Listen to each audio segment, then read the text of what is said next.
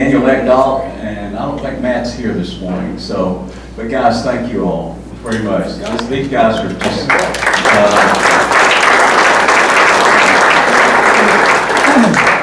oh, Chris, I'm sorry, Chris. I typed this on He's on so. board, I'm vertically challenged, so I'm easy to overcome. Yeah, that's why on Sunday I turn my name tag upside down so I can read it. To remind myself of who I am. So, yeah, I'm sorry, Chris. But anyway, guys, these things don't happen without these guys. So, they're just an amazing group of servant leaders. They're amazing. Thank you for coming. How many guys have not been here before? COS? Have not? Oh my goodness. Wow. Wow. Have you been, any of you guys been to a men's ministry event before? Any of them? They have not? Okay. Well, good. It's good. It's really good to have you. We love to have you people at our church. It's really good. Let me explain to you who we are. But before I do, we've got an esteemed author in our midst. Esteemed. Did I say esteemed? I meant esteemed. Just give me about a 30-second overview of your book. This is John Gresham incarnate. Not John Gresham. My name is Buck Creasy. On the table, you might find some cards. There's not very many. Yeah, there it is right there. About my book, Almost Useless Information, AUI. It was written for guys like us. It was written for us. My hero wakes up in the middle of the woods. He doesn't know who he is or how he got there. The first line of the book is important.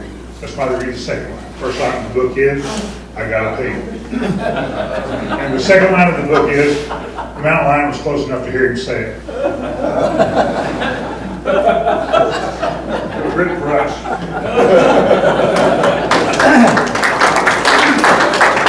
I bet you don't get a lot of little book club reviews, do you? When you write a book, you think everybody's going to run out and grab your book. No. No. Well, you need to run out and grab it. It is. I mean, it's pretty. Buck is just pretty stunning, really.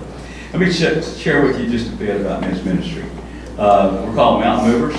It's a team of guys passionate to reach each other with other men for the life-saving message of Jesus Christ. We believe men should be real and have faith in a mighty God who can move mountains and change guys' hearts. Our key scripture is 1 Corinthians 16, 13, and 14. It says this: be on the alert, stand firm in the faith, act like men, be strong, do everything in love. And on the table in the middle, we do a lot of events. And our little pastor loves history. And so we do an annual Steve Pearson spring trip, road trip. And we've got one coming up. And a lot of times we go to national battlefields and various historical sites so the pastor can really take the place of our guide, because he usually knows more than the guide that we are. But we're going to Antietam this year, which is a wonderful place. Chris laid this thing out and planned it for us. And Michael Gospel back there, Mike, thank you. And we're going to Harper's Ferry. I keep wanting to say Harper's Valley or PTA. That's a whole thing. Well, there is a bridge there. There is, oh, there's a bridge there? Harper's Ferry. I'm not going to know. Anyway, Harper's Ferry. Oh, God. Anyway, we're going May the 11th through the 14th. I love old people. Just a hoot.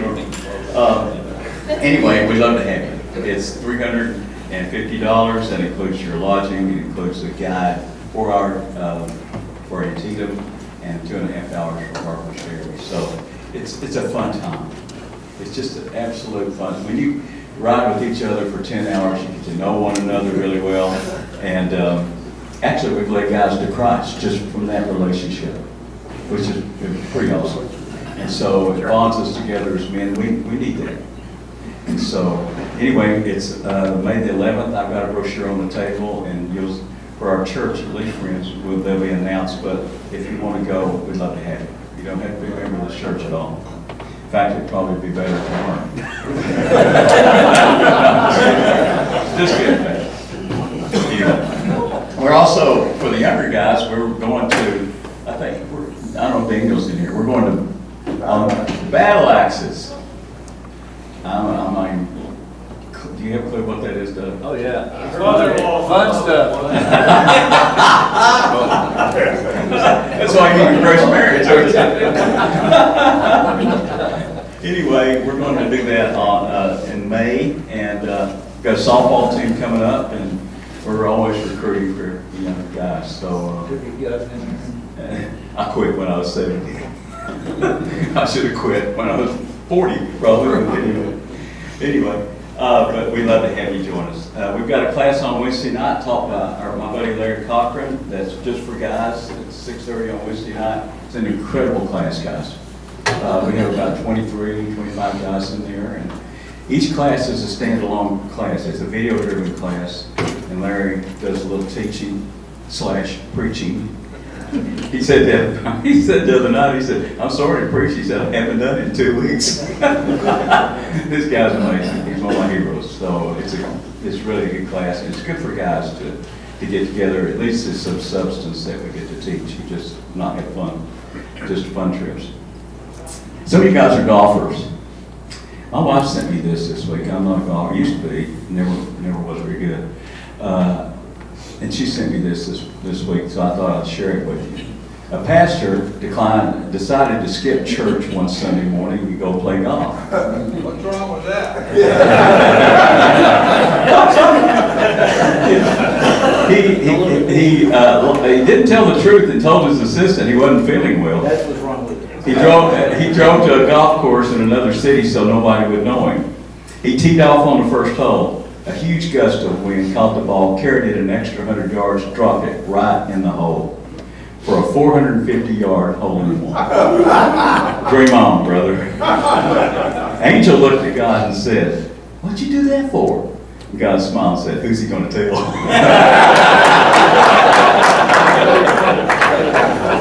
I'll give my wife credit. Joe, Yeah. can I mention Band of Brothers also on? Oh, Tuesday yeah, nights? sure. They have a lead pastor in there as the teacher, Pastor Steve, and we do a Band of Brothers on Wednesday nights right after the men's class. Yeah. So It's a great place to go dig to into the about word. 9:30. It is. Yeah. Teacher's a little shaky, but the guys are pretty sharp. Meets right there. Yeah, me right there where you guys are sitting, so.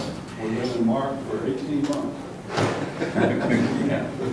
Guys, I'm honored this morning to have JP Blevins. And even though I am from Tennessee and play ball there, I see in Kentucky it's better to have Kentucky speakers. At least I have people in the audience, as opposed to bringing somebody up from Tennessee and having nobody there except me. So, but anyway, it's an honor to have you, buddy. JP Blevins had dreamed of playing basketball at the University of Kentucky since the 4th grade. His dad, John Paul, constructed a basketball court in the backyard for JP and his brothers to play on. Basketball talent ran in the family. JP's dad played basketball at Western Kentucky University, as did his older brother, David. That backyard court became the theater of JP's dreams, a place to do the work that would turn his dream into a reality. A native of Edmonton, Kentucky, JP fulfilled his childhood dream of playing basketball for the University of Kentucky Wildcats, competing under legendary coach Tubby Smith from 1998 to 2002. His time on the court instilled a lifelong commitment to discipline, teamwork, and perseverance, values that have defined his career. After a decade of helping build one of the most innovative banks in the country, JP returned to Kentucky to focus on empowering entrepreneurs and investors. Today, he's a partner of Vine Street Private Wealth family office, where he leads business development for the firm, drawing on his extensive expertise to drive growth, cultivate strategic partnerships, and empower clients to build enduring financial legacies. JP, welcome.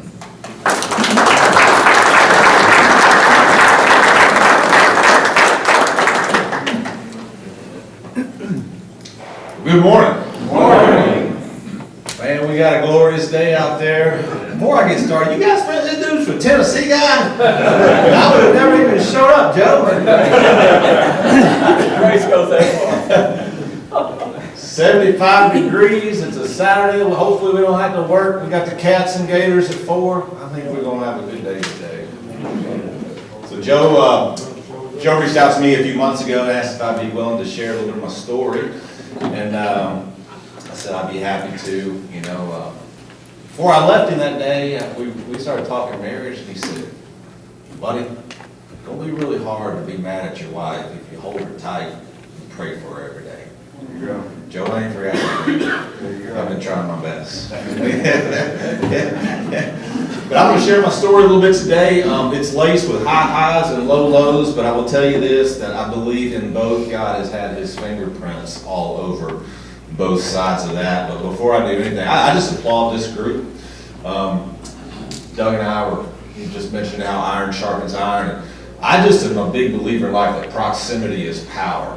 When you get around other dudes that are good dudes, that want to move things forward, that want to move the kingdom forward, that want to challenge you, that are vulnerable enough to share their own crap and their own stuff, I just have always believed there's real fruit that comes from that. And so I know Lexington is a beneficiary of groups like this getting together so often. So keep it up, because Joe, who I got to politic to get an invite to these things, man? Like you? Is it Doug? Who I got to call? Well, how you doing?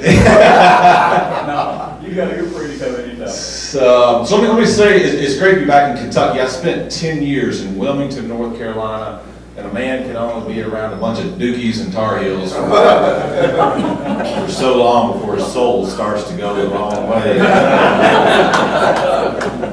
My wife and I were at a game recently, though, and so I played ball from '98 to '02. We were down at Rupp. She's like, "Man, does anybody ever remember you from playing?" And I was like, we were close to the student section. I said, "Honey, take a look at that group right there. They weren't born."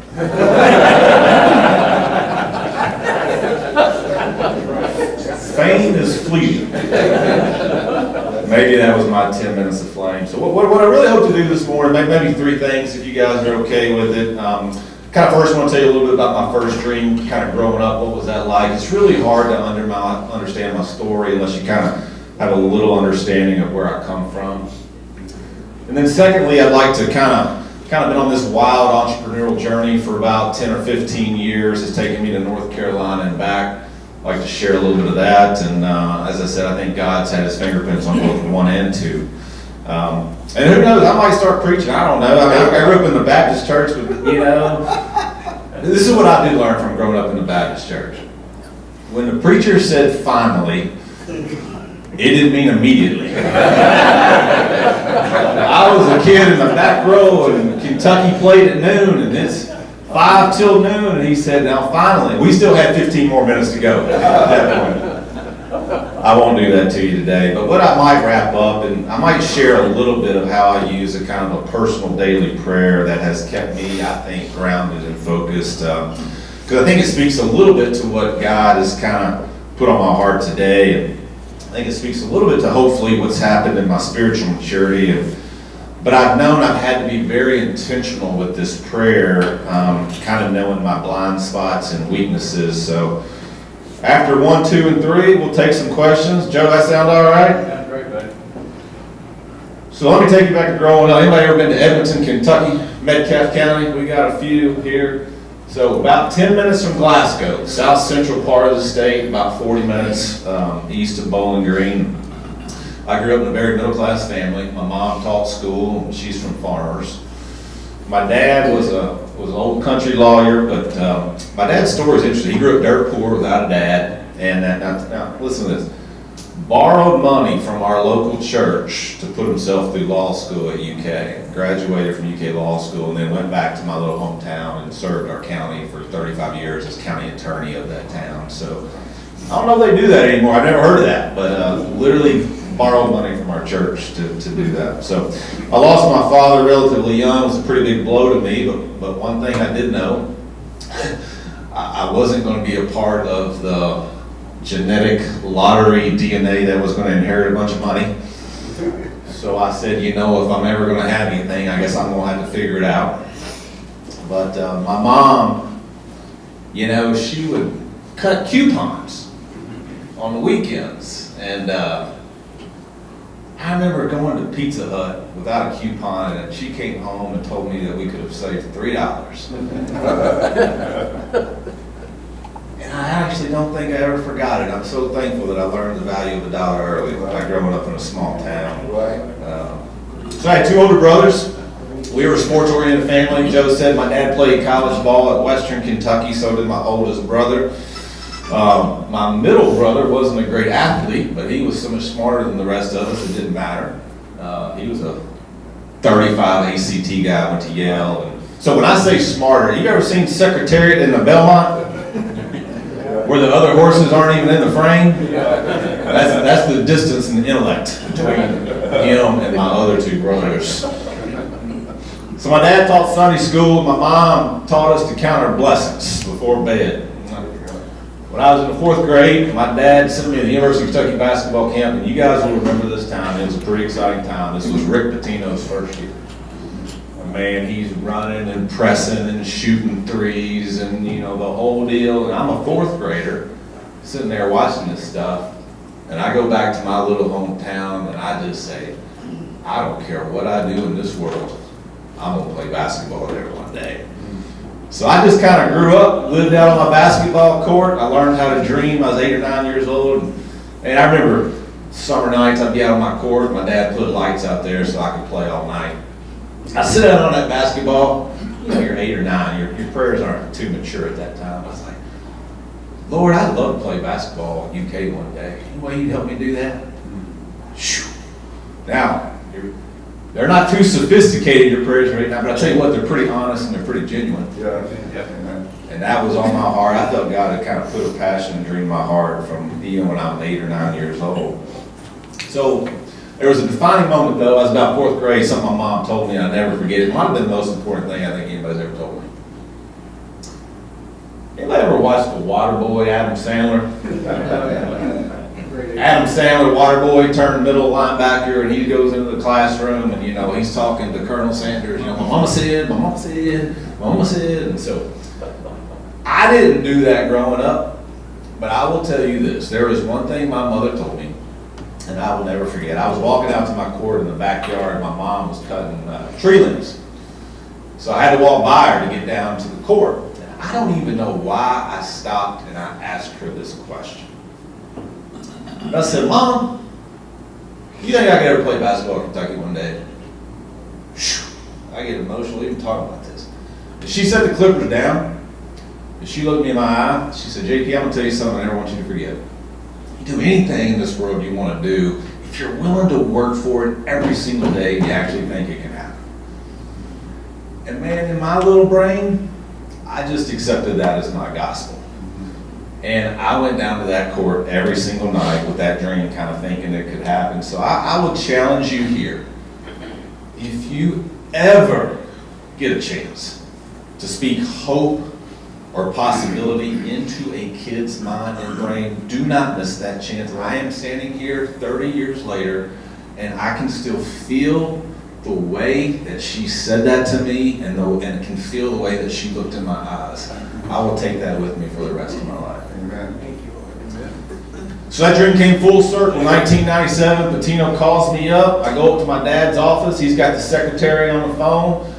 Hey, JP, I can hear balls dribbling in the background. Now, you got to win it. The UK's on top of the world. We won it in 96. Looks like we're going to win it again in 97. I'm a junior in high school. And he says, look, we've been following you. We want you to be a Wildcat. My dad is across the desk. He can't really hear what's going on. My dad had played a pretty pivotal role, you know, getting me to the right places. I was like, well, Coach, you know, that's all I've ever wanted to do. Hang the phone up. And I said, Dad, the man just offered me a scholarship. He goes, you sure? And I go, man, I said I want to be a Wildcat. I told him I did. I think that's a scholarship, right? Like, so it's a pretty fun memory looking back to that time. So anyway, I ended up playing, so Pitino left to go to the Celtics. I committed to him as a junior. My senior, he leaves to go to the Celtics. Tubby Smith comes in. I ended up playing all 4 years for Tubby Smith. So that's the good part. Fun memories. Now let me tell you the bad. So my career didn't go how I wanted it to. Didn't play my freshman year. Actually, my sophomore year was actually pretty decent. My junior year was terrible. My senior year I got hurt. And there was a pretty big crash after that. As you know, familiar, this is not too uncommon, but you know, people that are really involved in sports, your identity is in it, and then when it's over, it leaves a void. And you know, when it was over for me, I crashed. And the first massive lesson I think I took from my first 20 years is, sports is awesome. It's a terrible guy. I would tell my kids, man, you go play, have fun. I've learned so many life lessons through the game. Go dream, do your thing. But it's just not who you are. Sports is awesome and it's a terrible guide. And so there's a saying at our church, is like when a good thing becomes an ultimate thing, it becomes a destructive thing. And I had made basketball kind of an ultimate thing. And I think about it, it's like, I got the one thing I wanted more than any other in the world. And I'm sitting there at 22, empty.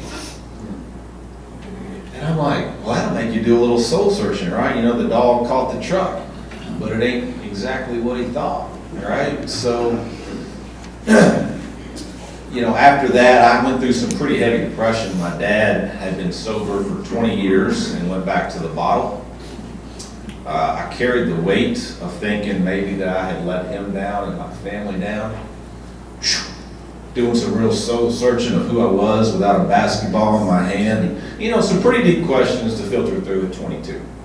And as we get ready to kind of transition into some of the business journeys, I kind of think back on that time period. I've come to realize that, the greatest gift in chasing something big or chasing that big dream down, it is not in the actual arrival or the destination.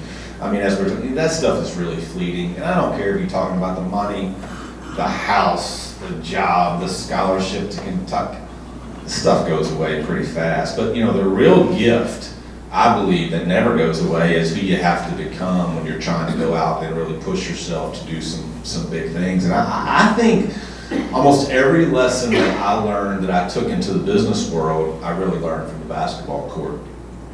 I think the first one, there is the lesson that there is a massive difference in true commitment and being interested in something. True commitment versus being interested in something, I can talk about that all day, but true commitment is like, I just find a way. I am going down to this court every night of my life. I am going to put in the work, right? Being interested, yeah, we'll go down here when we feel like it. That was a big lesson learned. But, I'd say the daily discipline of showing up, sports is a great teacher of that. The work ethic, the mental toughness, sports is, man, you get your butt handed to you and you got to figure out how to bounce back and build some mental resilience about you. And it's a great teacher of that. I think you got to figure out how to be a good teammate. It's way more fun to win with a bunch of guys than do it alone. And you got to figure out how do you be selfless, Can you celebrate your colleagues and your buddies just as much as your own success? Man, sports is such a great teacher of that. I think that was the real prize. So then I graduate, and it was like, so now what? This is all I've ever known? I remember praying through my 20s, like, Lord, would you help me find something that I would be as passionate about or as love as much as I would basketball? I just didn't know where I was headed. And the game does fill a void. That's really hard to replace. So I literally got a yellow pad out, and I started to dream again.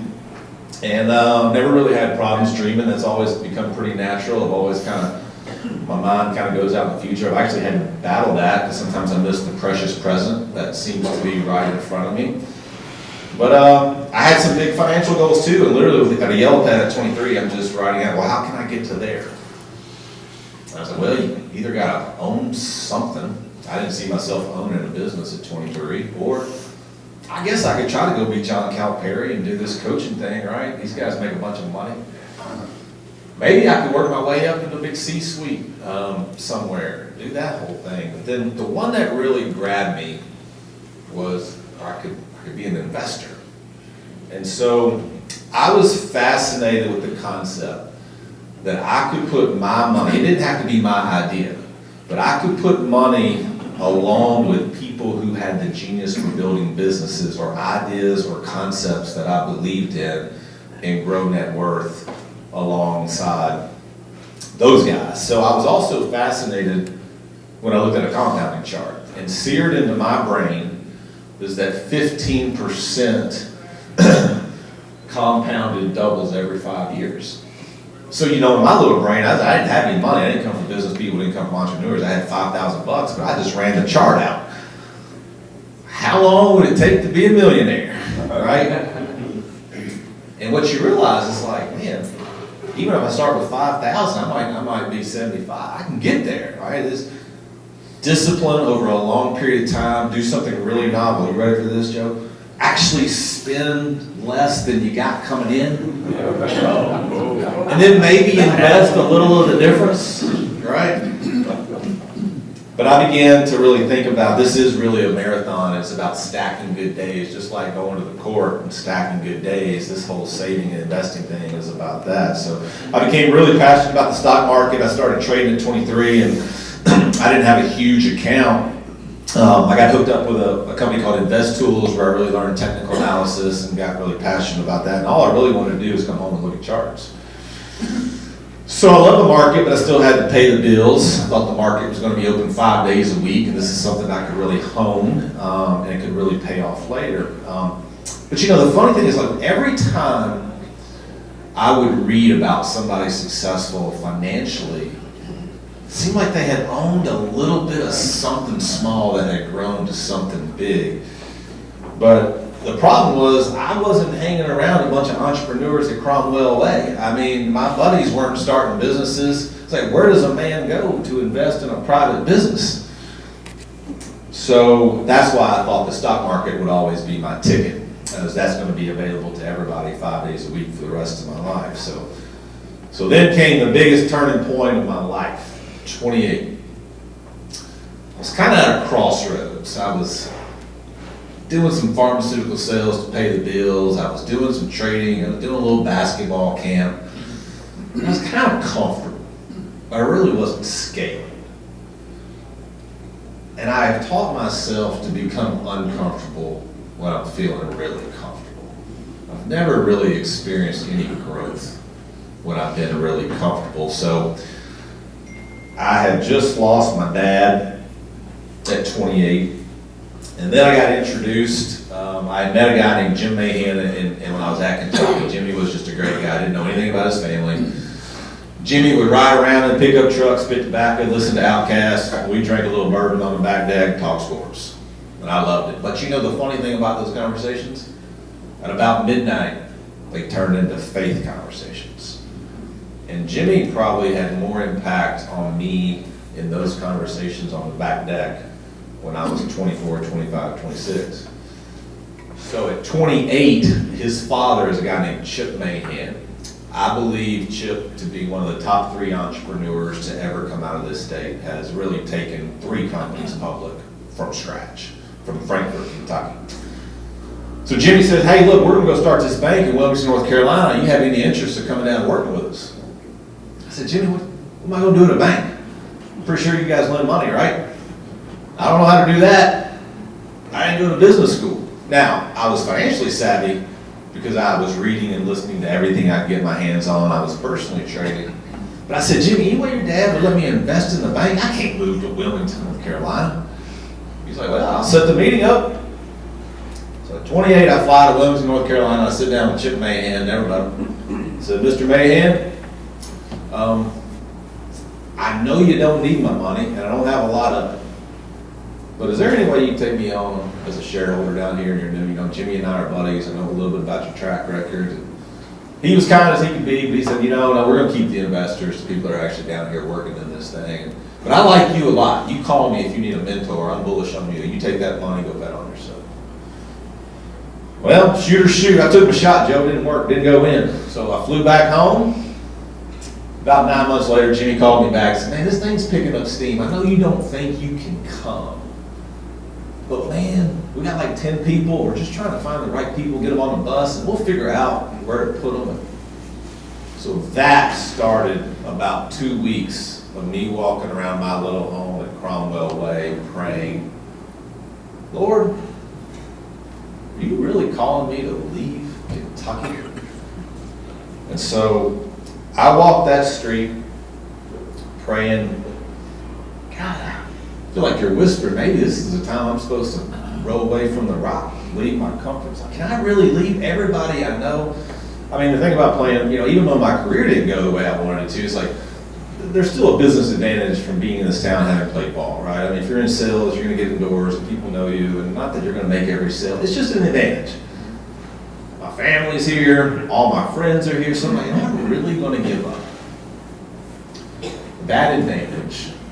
Also, everything I know, to go to somewhere 10 hours away, to be with people where I know one person, to do something I know nothing about. And I kept feeling like the Lord says, I want you to go to Burlington, North Carolina. So there was a quote that I read by Richard Branson, and he was like, man, when a great opportunity presents itself, even if you don't know what you're doing, say yes and figure it out. I'm like, well, I clearly, Lord, don't know what I'm doing, so I guess we're going to go figure it out. So I put my dog in the car, Maximus, my golden retriever. I packed up everything I had. I was homesick as can be for 3, 6, 9 months. Took me about 10 or 11 months to settle in. And we started life all over again in Wilmington, North Carolina at 29. And I wish I could say it was all roses and everything was up to the right. But I was put to the test pretty early. So I just lost my dad 6 months prior to making this decision. My dad was a wise guy, so I would have went to him with this kind of decision. Do you think I could leave? What do you think about that? I just kind of had to make this call on my own. And so I get down there. My mother gets diagnosed with stage 4 lung cancer, make your plans. All right. My brother's wife, 4 months in, gets hit by a car, killed in a car crash, leaving 2 kids with her.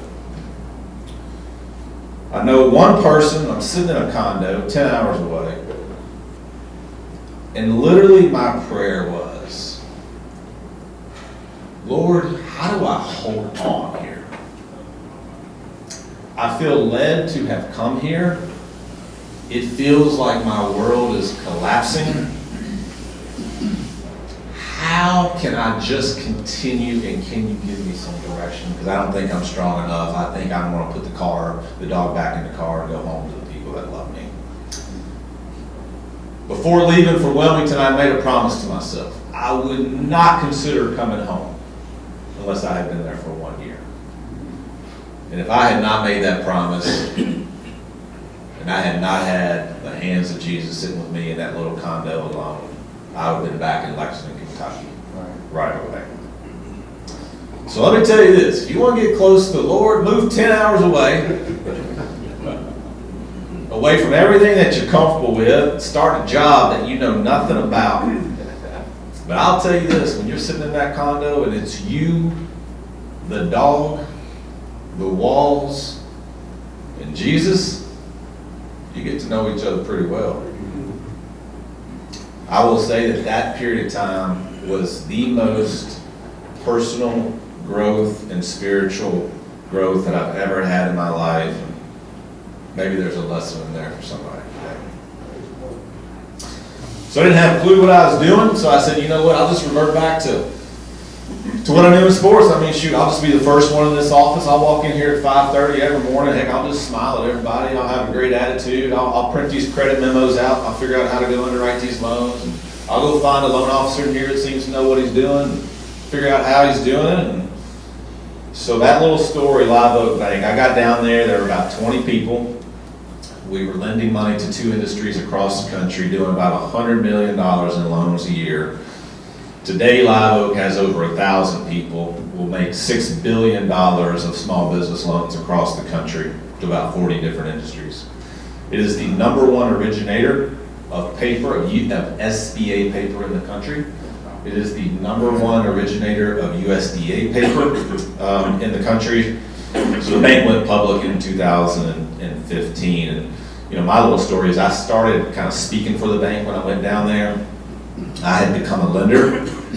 I then took over a team that was lending to dentists across the country. It's about $40 million a year. We grew that to $400 million a year in about 3 years. So I'd kind of become a rising star within this organization. And 2 years after going public, they said, hey, JP, we think we need you in the C-suite to go be the chief revenue officer of this bank or head of sales. And I don't say that to brag. And honestly, I have to pinch myself a little bit when I think about that jersey. It's like, here I am preparing for quarterly earnings as Chief Revenue Officer of a publicly traded bank. I got 150 salespeople rolling up to me. I didn't go to a prestigious Ivy League school. I didn't go to business school.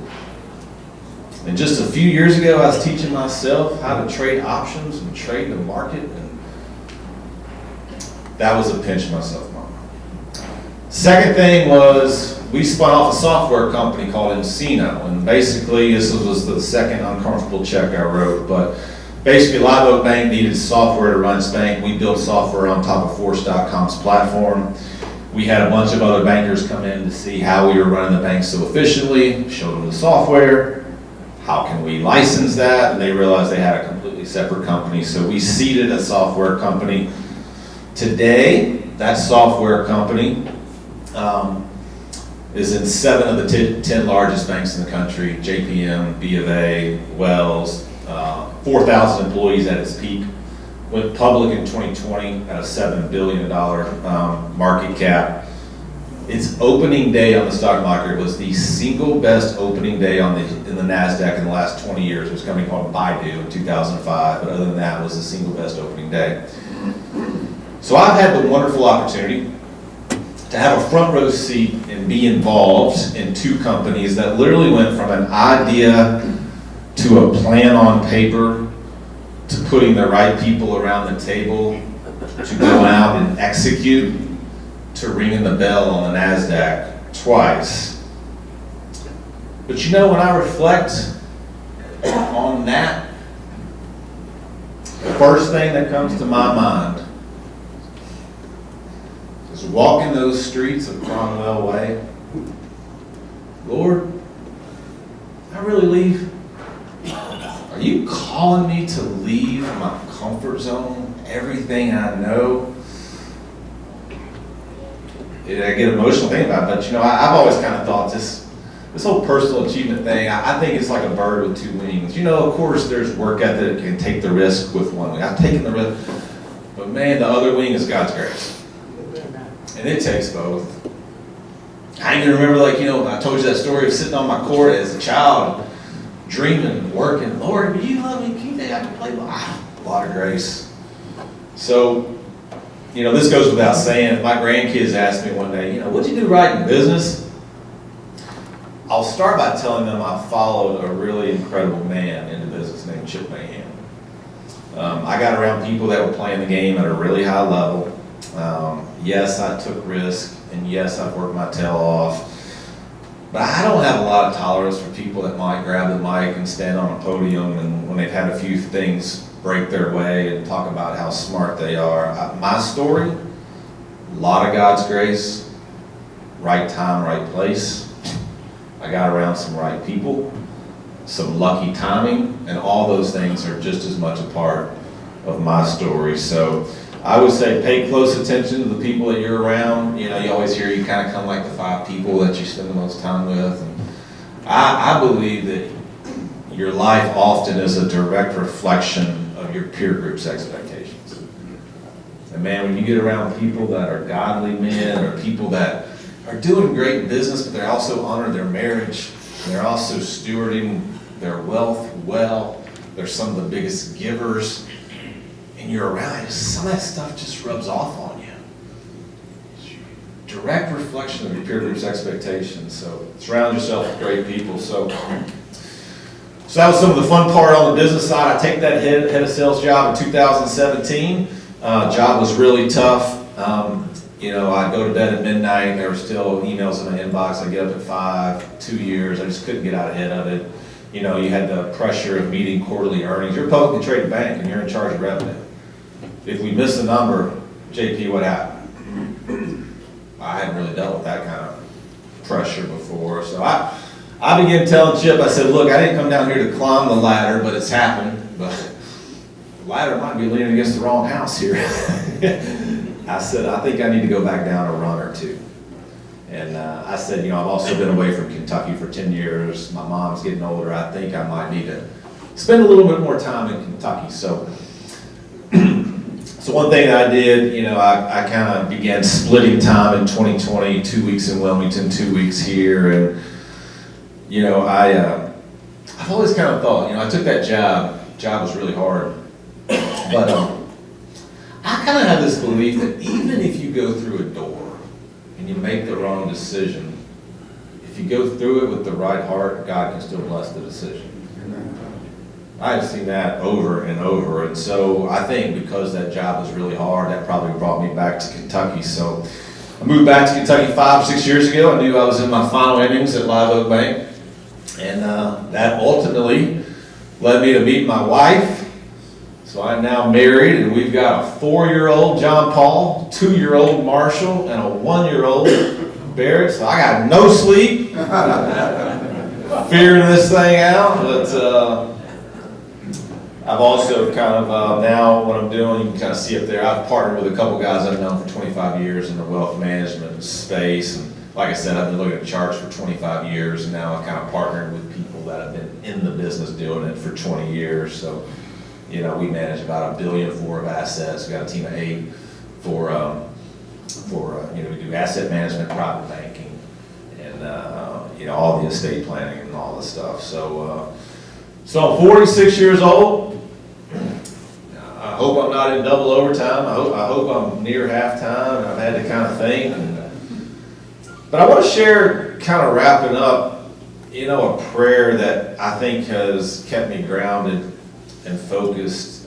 It's a little bit of what I think God has put on my heart today. I think it speaks hopefully to some of the spiritual lessons that I've learned. But the reason I say it every morning is I know how quickly I can forget it if I don't say it every day. So, if you don't mind. So I start out by literally walking outside and, Lord, this is the day that you have made, and let me rejoice and be glad in it. And I will take a moment to let that sun hit my face.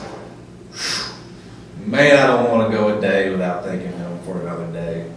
It doesn't have to be this way. So then I say, Lord, I want you to help me slow down and just enjoy the miracle of being alive. I want to live and work at a pace that honors you. To me, working at kind of this unforced rhythms of grace, man, that sounds so attractive to me. I say, Lord, from a surrender standpoint, I want to surrender this day to you. I want to surrender it all to you. And I kind of have this mental imagery in my head of all the things that are kind of occupying space in my mind. And I just see myself putting it on his altar. And I actually believe that this entire spiritual journey always leads to this place of surrender and letting go. So I've lived a lot of part of my life of this. We can white knuckle our way through, and I've done that. Almost playing like this tug of war where you're pulling and resisting and fighting. And I actually think in God's economy, the war is won when you lay down the rope. I don't have to push. I don't have to force. I don't have to fight. I don't have to resist. It's kind of an upside down living. But I have found that unforced rhythms of grace to be a very beautiful way to live. I said, Lord, help me get me to a place where I don't need anything of this world to be happy, to have joy, to feel fulfilled, to be at peace. And I think the greatest lie that 99% of the world believes is that there's something outside of Christ that can actually fulfill and sustain. Pay the house off. My kids perform this way. Oh man, I got the scholarship. I just think it's the greatest lie on earth. I really wanted 3 things in my life. I wanted to play basketball in Kentucky, I wanted to make a bunch of money, and I wanted to get married and have kids. I got them. Dog caught the truck. But I got spun around a little bit just like the dog, and it might not be all of what you think it is when you put that kind of stuff maybe up on a pedestal. So I don't know if anybody in here has ever been to that place where they got something they really wanted and they said, is this it? So if I can get out ahead of that every morning and remind myself that no matter what I'm chasing down, I think it's actually going to fulfill and bring me peace. JP, learn the lessons of the past. There's nothing outside of Christ that can play that role. You know, I'd also hear a bunch of people when I was younger say, you know, money won't make you happy. And funny thing is, everybody that was saying that already had a bunch of money. I was like, well, easy for you to say. I'll tell you what, let me go make some. I'll report back to you on how it's going. It's true. It's true. Every morning I say, Lord, nothing has to happen today for me to feel joy and peace and freedom that's available for you, God. Every day help me not to fall into that trap. My identity, I've struggled with this my whole life, of kind of this achiever's identity and this performance identity. This is a constant struggle to take the next mountain and take the next hill. What's the next big thing? And there's kind of a fun author named Bob Goff. I don't know if you guys have read any of his books. In one of his books, he says, I want you to think hard about why you're doing what you're doing. And if you're doing it for applause, just go join the circus. Just go be a circus clown. And I was like, I have thought long and hard about that. So I say, Lord, remind me today that my identity is actually in the fact that you created me, and I am a child of your, period. This performance and this achievement and this self-ambition thing waits for me literally every morning at the end of my bed. When I wake up, it's almost asking me to put those kind of clothes on. And so each day I say, Lord, let me just be clothed in the fact that I was created in your image, and let that be my identity today. I think this is important to clarify. I haven't lost motivation from doing that. I think we honor God when we take the gifts that he's given us and we try to go do good. It's just my identity isn't attached to the outcome. I'm going to keep going. I'm going to go for some, maybe I might have to move the mountain, but I'm still go for some hikes. I want to smell some roses along the way. I want to look out and enjoy the air. I'm going to keep hiking, but man, it doesn't define me. So just a few more here, but I say, Lord, please use me. I mean, if you decided to wake me up this morning and there's breath in my lungs, I think there's a reason why I'm still here on earth. God, help me leverage the gifts, the resources, the network I have to make an impact and do good. And I have just found, when I have asked the Father to kind of keep my antenna up for opportunities to serve the people and the moments that he puts in front of me today, it just helps me get my eyes off myself, which is a really healthy thing. I need that. So on that note, Lord, help me die to self. Remind me this world was here long before I got here. It will be long after I'm gone. So this ain't about me getting what I want today or this day going exactly how I think it should, but just give me the strength and the courage to deeply embrace that. And what if I flip whatever expectations I have for today and I traded those in for appreciation and just went through this day with a grateful heart? What I have found here in the first half of my life is that most of my suffering has come from an obsessive focus on myself. In the New Testament, that sanctification process has a lot to do with dying to self. So the last two things, Father, not my will, but your will be done. Very easy to say, so dang scary if you mean it. Not my will, your will be done. So easy to say. I would challenge you today to say that prayer and mean it. Scary prayer.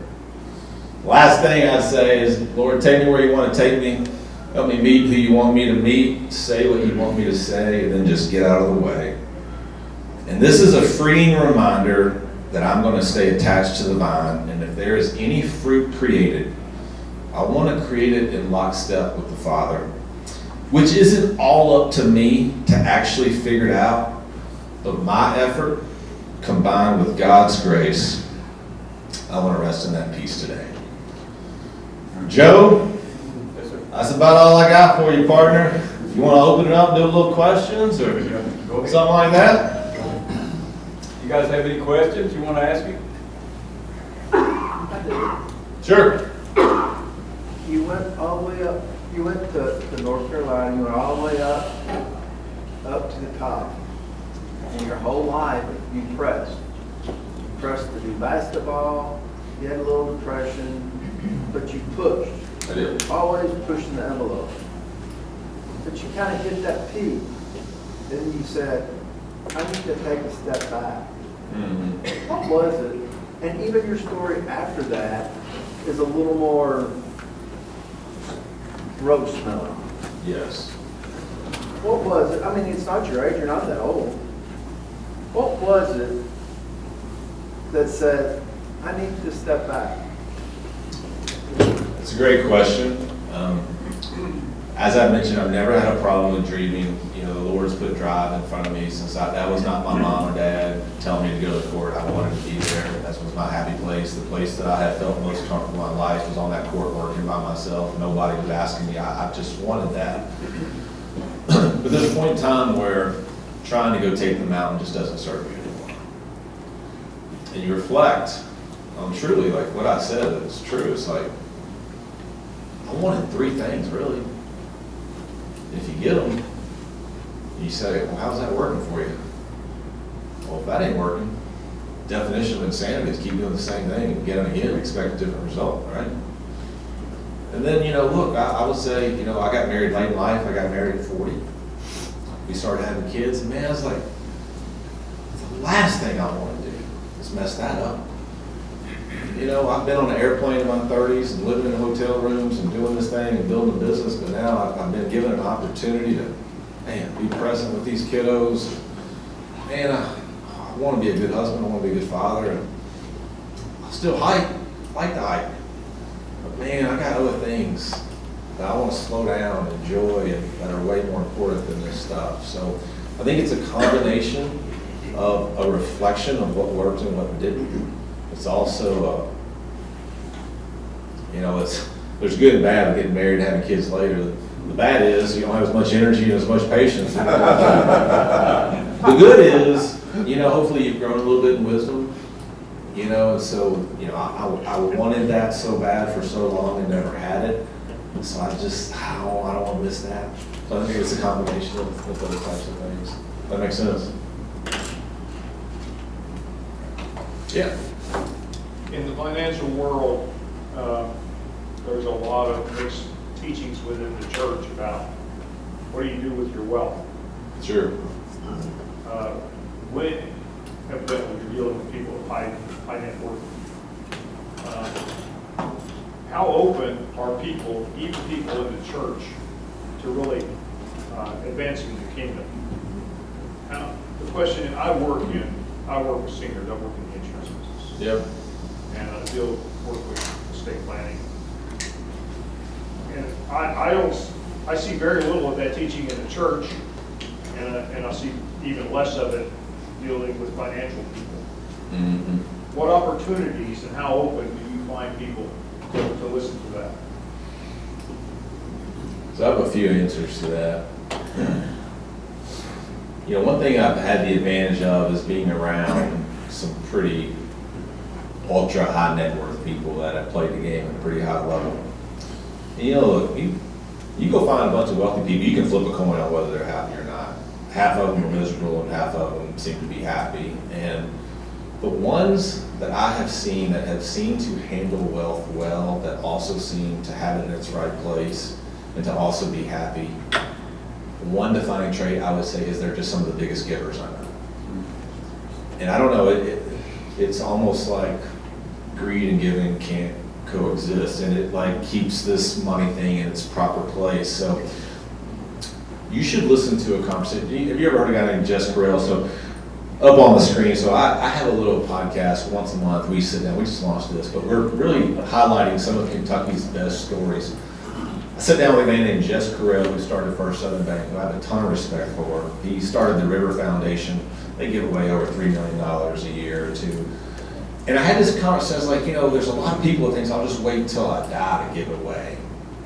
And I would say do it now. You know, you get some of the benefit now. Like part of it is for your soul and for your attachment to money, and like, he things like, be your giving while you're living so you knowing where it be going. That's what he told me. Do your giving while you're living so you be knowing where it be going, is what he told me. So, but you know, I asked him, I said, you know, he has set up a structure of passing wealth to his kids, and I said, how do you pass wealth well without entitlement? Now that's a hard one. Now we could talk all day, because there's no science to that. What every family values is different. how every kid is made up is different. The kind of wisdom that kid is very different. What he values is very different. So that's an art form. That's not a science. But anyway, you know, we got into that discussion a little bit. So What's the name of your podcast? it's called Defining Moments with JP and MK, my friend. Oh, no, it's at Defining Pod. You can listen. You go pull the Jess Carell from last week. And it's a guy that has bought his first bank at 26, built $1 billion bank, who is a walk-the-walk kind of guy. And if you want 90 minutes of godly business wisdom, you listen to what Jess has to say on that podcast interview. It's pretty special. I rambled a lot. Did that touch on anything that you wanted to The fact now that you got the opening about the younger guys needing to do something. Oh, yeah, well, I would just say, like, if you haven't sat down and not there, we don't draw statements, this is not a personal plug, I mean, I don't, but if you haven't done an estate plan or have a plan for your family, I would highly encourage it. We have seen some, you know, in my business, you know, the wife walks in when the husband goes down and she's never dealt with anything and there's not a plan on paper, it's a disaster. Same way with a kid walking into a bunch where there's not a plan on paper. So whatever you do, I would try to get a plan in place because it is, it's really, really important. What Yeah. was the name of the podcast? It's called Defining Moments with JP and MK. We just launched this thing like 2 months ago. So in 2 weeks, we sat down with Chad Pennington, the quarterback, played for the Jets. He had something really interesting. So, you know, I don't know if you remember this, but Chad Pennington went to Marshall, had this Hall of Fame career, and he was second in the MVP voting for the NFL behind Peyton Manning one year. I mean, like, he had an awesome little flying though. So when he was at the Jets, he tore his arm up. And the Jets were going to let him go. And his dad comes up to meet him in New York. I mean, he's the lowest of low. He's just been fired, right? He thought his dad was going to come up and comfort him. And he says, his dad walks in and says, son, looks like God's got you in the fire a little bit, doing a little refining. You know what my prayer is? He goes, I hope he keeps you in it. I want the refining to finish its process. I mean, it's one thing to want to remove the struggle from the kid, but it's another thing to like, I want him to stay in the fire. So he actually was a Rhodes Scholar as well, was the candidate to be a Rhodes Scholar. Super smart, strong faith, but if you got kids that are really into sports, you know, dude played in the NFL, but he's done the training. Anyway, so we're just going to do one a month, take these really cool stories, so you might want to check it out. And he got to come back player of the year. He got, yeah, so we got fired from the Jets, he went to Miami. Miami was like 1-15 the year before he got there. And the next year, he took them to the playoffs and won comeback player of the year. And, you know, he's a special dude. Like, he has invested in this community. He stood up a football program at Sayre, deep faith. Like, a lot of respect for him. Anybody else? Yeah. I'm curious if you could speak to like the effect that success has maybe on worry or anxiety, because sometimes it's like in your early stages or stages of life where it's an uphill climb and you're kind of worried about money and like, Yes. if I can just turn this corner, then things would be okay. But then I hear other stories of like, the more successful you are, the more worried you are because you have more to lose. So I'm kind of curious your experience of both sides of that. So this is funny. So, you know, with all this new stuff, I went down and did a genetic test the other day where they like send back to you like what you're predisposed for and all that. I never done this. And I think overall it was pretty good. I mean, you know, who knows, right? But like, it literally, the guy brought me a chart, and for anxiety, he showed me that I was probably the worst he had ever seen for predisposed to anxiety disorders. Like, it was like the red all the way to the side. And so my mom's a worry ward, and I have had to battle this a little bit, but man, I say the best thing is just listen to Jesus. He actually says, do not worry. Man, like, tell me what you need. Thank me for all I've done, and I will give you a peace that surpasses all understanding. Man, just let me sit in that. But that's a real thing. I think part of it is, I think the identity thing. Like, once you kind of feel like you're an achiever, if you're not achieving, you think you losing your, so it's hard when you're achieving up here and you gotta keep raising the bar every year, like that's stressful and anxiety, and then you go sit in the Word and stuff like that, and you try to just make it make sense. And so, I guess I thought like sometimes being stressed was like this heroic thing. I see my stress and I just roll right through it. Might actually be a sin. I mean, Jesus tells us, do not worry. Do not worry. This is a command. Do not worry. Easier said than done, but just a few things I would say on that. I was young and now I'm old. I've never seen the righteous forsaken, nor the seed begging for bread. There you go. There you go. Yes? Love to hear about maybe how you met your wife, or what's the best part about how your faith has helped your marriage. It's a great question. So we're going to be real, right? And vulnerable. Do you know this guy had a 44-inch vertical? He tells us every Sunday.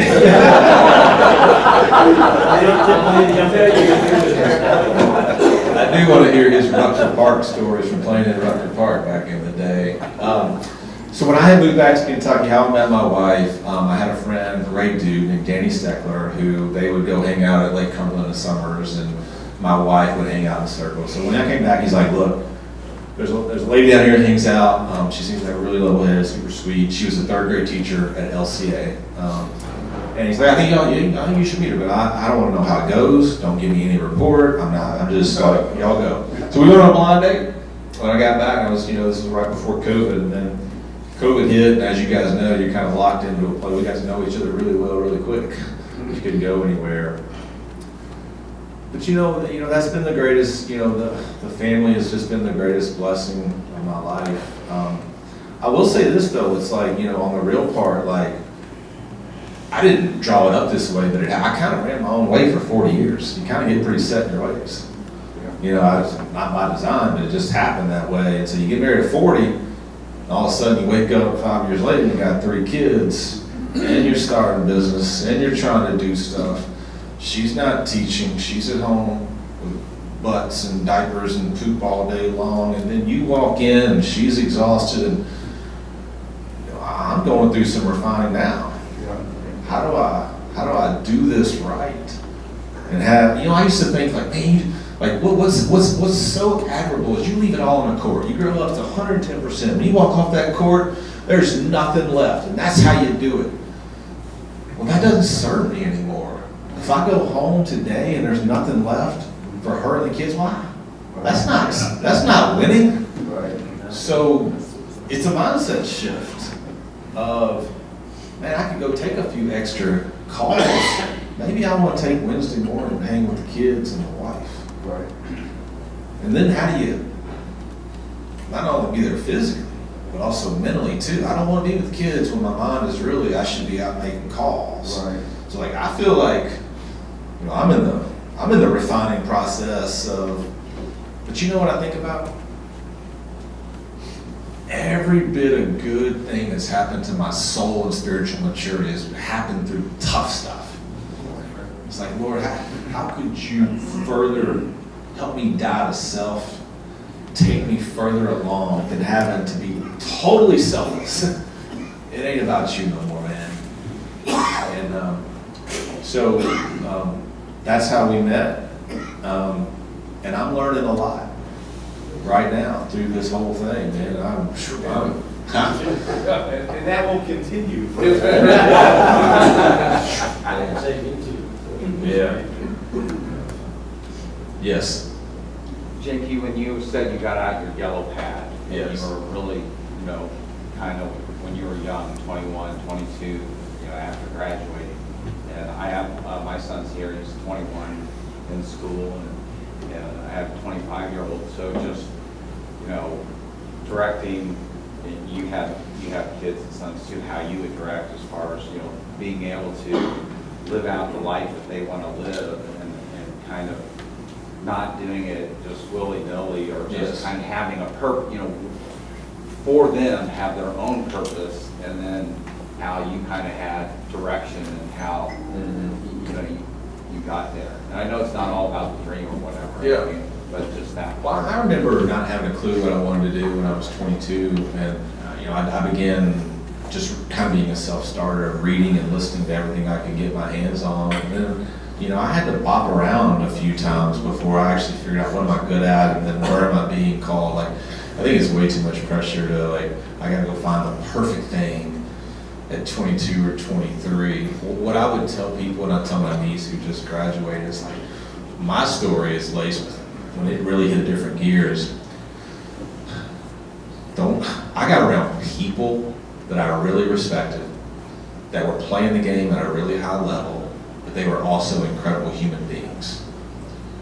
And man, I would today, if you know, I had my son, he got out, I'd say worry less about the particular job. If you find a company that's growing, that has a leader that you respect, not only in business, but in personally, that when he goes home, he hugs his wife and he thanks Christ for his day and he's doing right by his people, man, you go mop the floors.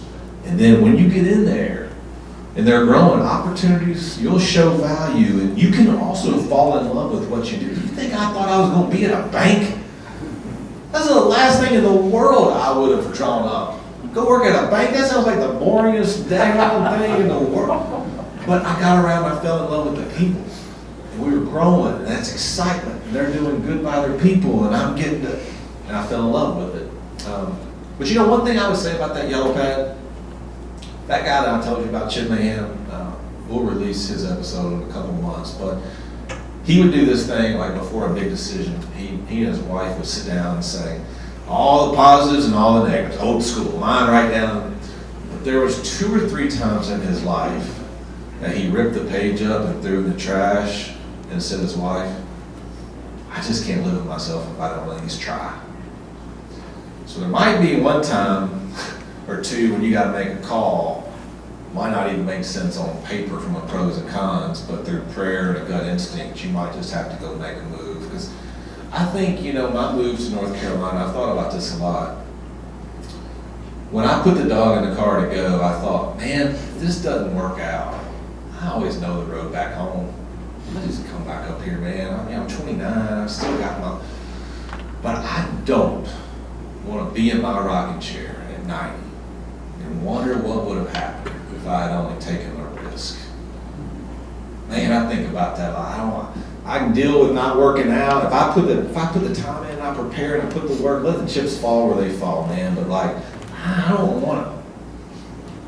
And I actually don't think God's calling us to a safe life either. I actually think when these doors of opportunity present themselves, I think He actually wants you to walk through a lot of them. There's this book John Wartburg wrote, All the Places You'll Go. Highly recommend that you read it. It's about all the doors that you kind of come to in life. And I think God actually is leaning towards you walking through a lot of those that might feel uncomfortable. Yes. What's your best tubby story? Oh boy. Whew. Man, I don't know where you want to start with this one. I can go a lot of different ways. This was a pretty good one. So at the end of practice, Tubby would always kind of have a theme for the practice, right? In this particular week, there's no days off, right? The rent's due every single day. Boys, you come in here and pay your rent. And so at the end of practice, he'd give one of these little 2-minute lectures before we could go eat. And this particular time, he was using his father as an example. It's like, boys, the state of Maryland just honored my father. My father was a bus driver for 35 years. He's like, can any of y'all think of why the state of Maryland might have honored my father? And we're all looking like, can we just get out of here? But Gerald Fitch raises his hand in the corner. So he's like, yeah, Gerald, what do you think? He's like, coach, for picking up the most kids. He's like, no, he hasn't missed a day's work in 35 years. And he was pointing like, he's never missed a day's work. Gerald thought it was for picking up the most kids. That's actually not why the state of Maryland honored his father. So there's another one. We got to beat my my freshman year, we were in there. I was a freshman. I didn't play any my freshman year. My roommate was sitting beside me, and we got beat by Tennessee at home. Of course, you know, that's not good. So they bring these sandwiches in after the game, these Philly cheesesteaks. And they sit over in this little thing, you know. So we came in, and he starts taking this marker up and down the board. He's like, you know, Coach Sutton, I got these guys figured out. He's doing this little walk here. I got this guys figured. They got it too good. No, we got it too good. And he's doing this little pacing deal, and he takes these Philly cheeses and starts chucking them out the wall. He's like, no more food. My roommate was Todd Taggart from Paintsville, Kentucky. He looks at me and said, you think he's serious about that? I think they're going to let us eat, Todd. I don't know, man. Maybe not the Philly cheeses.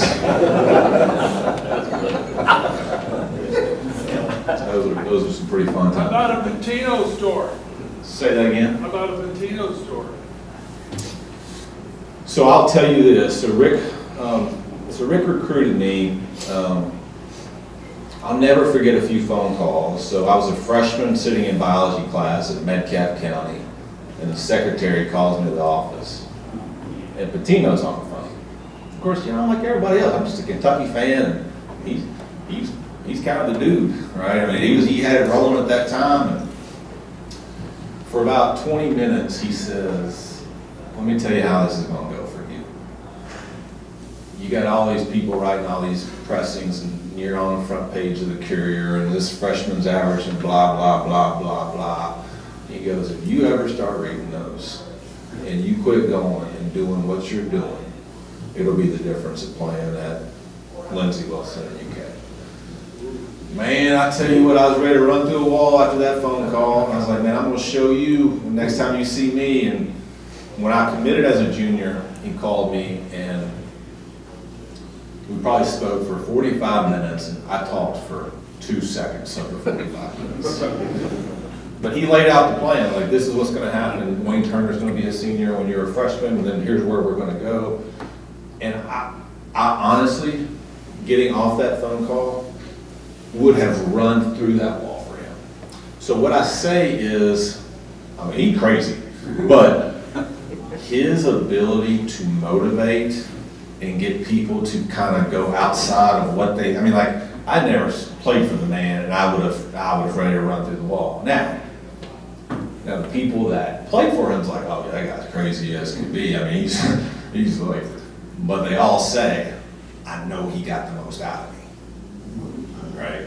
So Tubby, you know, Tubby's a great man. You know, Tubby's more of a defensive guy, but Tubby didn't have that. Right? He didn't have the let's go take the heel speech and you're ready to go. Like, just two very different skill sets, right? One's a motivator, one's just wired different. But those are. I remember I came up as a junior. We were playing. Y'all remember Tim Thomas, Villanova? Do you remember that guy? CBS game, I was a junior, I had committed. Tino says, come up here. I want you to come to a game. So I came up there to CBS playing Villanova. Tim Thomas was a big stud. And Kentucky is up 20 points at halftime, and he said, hey, look, beat the team back to the locker room so you can come in the locker room, but if you don't beat the team in, when the door closes, it's closed. So Anthony Epps had made a turnover right before half, and the other team had scored a layup, so it went from 20 to 18. So I run back there, man, I'm sitting in there, and I'm like, man, this ought to be awesome. Tim Thomas, CBS, we're kicking there. And I watch him come in and dog cuss. 7 of them right in a Jerry, you were taking charges on Tim Thomas. What are you? And I'm like, this guy's just different. You know, up 18 points. And he is literally giving these guys the business. And I was like, man, this guy's different. Can I do that tomorrow? Trying to knock it out. Yeah, thanks for it. So, everybody else? Appreciate you. Joe, thank you, man. Thank you. Hey guys, Forgive me, Ralph, I didn't introduce you. You want to stand up? Ralph Everado. He is running for Andy Barr's seat. He's a good brother. Thank you, Ralph, for coming. Thank you for coming. So, well, guys, we've learned a lot. That's just about as good a talk I've ever heard. It's excellent. We've learned that there's a lot of life lessons in what he says, and I hope and pray that we can all apply those to our lives, guys. It's all about getting better. It's all about serving Christ. If any of you guys never met Christ this morning and would like to know the most incredible Savior that we could ever have, I'd invite you to come up. And JP and Doug, and Bill, and I will be glad to talk to you, Pastor, back there too. It's you don't need to live life on your own without Him. You just don't. I don't care how successful you are or how unsuccessful you are. He's the answer. Absolutely the answer. So, well, guys, thank you.